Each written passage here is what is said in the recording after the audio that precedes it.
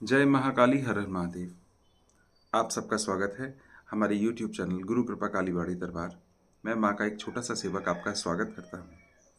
नवरात्रों में माँ भगवती किस प्रकार से हमें दर्शन देती हैं, किस प्रकार हमारी सेवा को, जो हमारी पूजा को, भोग को स्वीकार करने का संकेत माँ हमें देती हैं, इस प्रकार के संकेतों की कुछ अभिव्यक्ति, कुछ अनुभव से मैं आपसे साझा करता हूँ।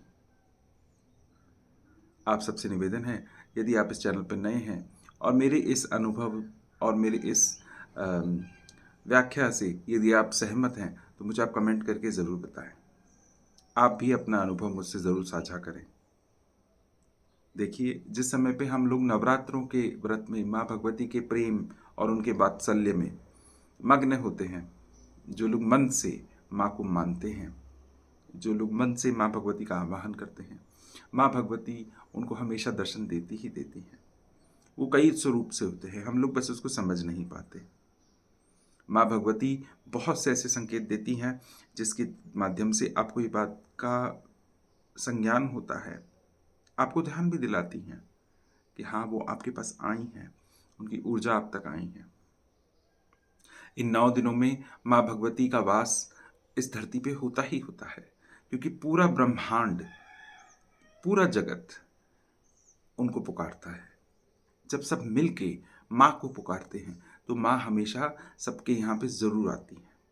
जो लोग माँ भगवती को बहुत प्यार से, बहुत ही भाव से बुलाते हैं, अपने घर को स्वच्छ रखते हैं, अपने मन को स्वच्छ रखते हैं, माँ उन तक ज़रूर पहुँचती है और फेरी देती ही देती है। आपको मैं इसके कई उदाहरण बताता हूँ। हो सकता है कि आपने इनको ध्यान नहीं दिया होगा। यदि नवरात्रों में आपके घर पे कन्याएं आए अपने आप, हो सकता है कि आपके पड़ोस की ही आ जाए, तो ये माँ के आने का संकेत होता है।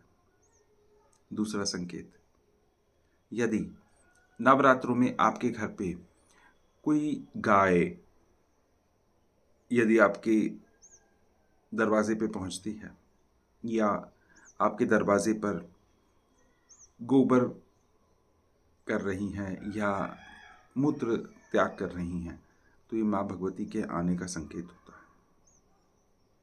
यदि नवरात्रों में कोई दुधारू जानवर आपके दरवाजे पे रोटी मांगने के लिए आ रहा है, या इस चीज़ की आस से कि नवरात्रों में वो आपके दरवाजे पे पहुंचते ही पहुंचते हैं। नवरात्रों में नंदी जी भी आपको दर्शन दे सकते हैं। नवरात्रों में वानर के स्वरूप में हनुमान जी आपके घर पे दस्तक दे सकते हैं। कुत्ते आपके घर पे आ सकते हैं। वो इस समय पे भौंकेंगे नहीं, वो आपके घर के आसपास में रहेंगे। ये भैरव बाबा के संकेत होते हैं। नवरात्रों में आपके घर में चिड़िया, जो गौरैया होती हैं, छोटी छोटी चिड़ियाँ हैं, ये आपके घर में हमेशा चहचहाती हुई महसूस आपको होंगी। तो ये माँ के होने का संकेत होता है। नवरात्रों में यदि आपके घर में मधुमक्खी, जो हनी बी होती है, शहद वाली, वो यदि आपके घर पे पहुंच रही हैं, तो ये माँ भगवती के होने का प्रचंड और प्रत्यक्ष स्वरूप होता है। वो आएंगी मधुमक्खी के स्वरूप में, माँ दुर्गे, क्योंकि माँ का यह स्वरूप भ्रामरी देवी भी होता है। यही माँ दुर्गे है, यही माँ काली है, यही माँ काली का स्वरूप है। भ्रामरी देवी के स्वरूप में वो आपके घर में ज़रूर पहुँचेंगी, एक फेरा ज़रूर लगा के जाएंगी। आपके भोग, आपके द्वारा किए जा रहे श्रृंगार, उसके आसपास में माँ भगवती ज़रूर आएंगी। हो सकता है कि माँ भगवती आपको स्वप्न के माध्यम से संकेत दे। माँ की किसी फूल का अचानक से गिरना, माँ की जोत का अचानक से बहुत ही प्रचंड जलना। हो सकता है कि किसी याचक का आपके दरवाजे पे पहुंचना, अनजान लोगों का आपसे मदद मांगना, अनजान लोगों का आपको आशीर्वाद देना।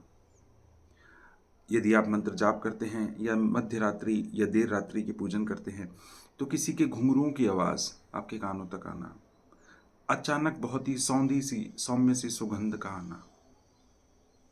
हो सकता है कि आपको किसी के चीखने, चिल्लाने की भी आवाज़ आने लगे, आपको किसी के होने का, परछाई का एहसास होने लगे। ये सब एहसास इन नवरात्रों में होते ही होते हैं। इसी प्रकार के और अनुभव और माध्यमों को जानने के लिए मेरे साथ बने रहें और अपने अनुभव मुझसे ज़रूर साझा करें। आशा करता हूँ आपको मेरे द्वारा दी गई ये जानकारी अच्छी लग रही है, और यदि आप इसी प्रकार के अनुभव महसूस करते हैं तो मुझसे ज़रूर इस कमेंट में साझा करें। जय महाकाली, हर हर महादेव।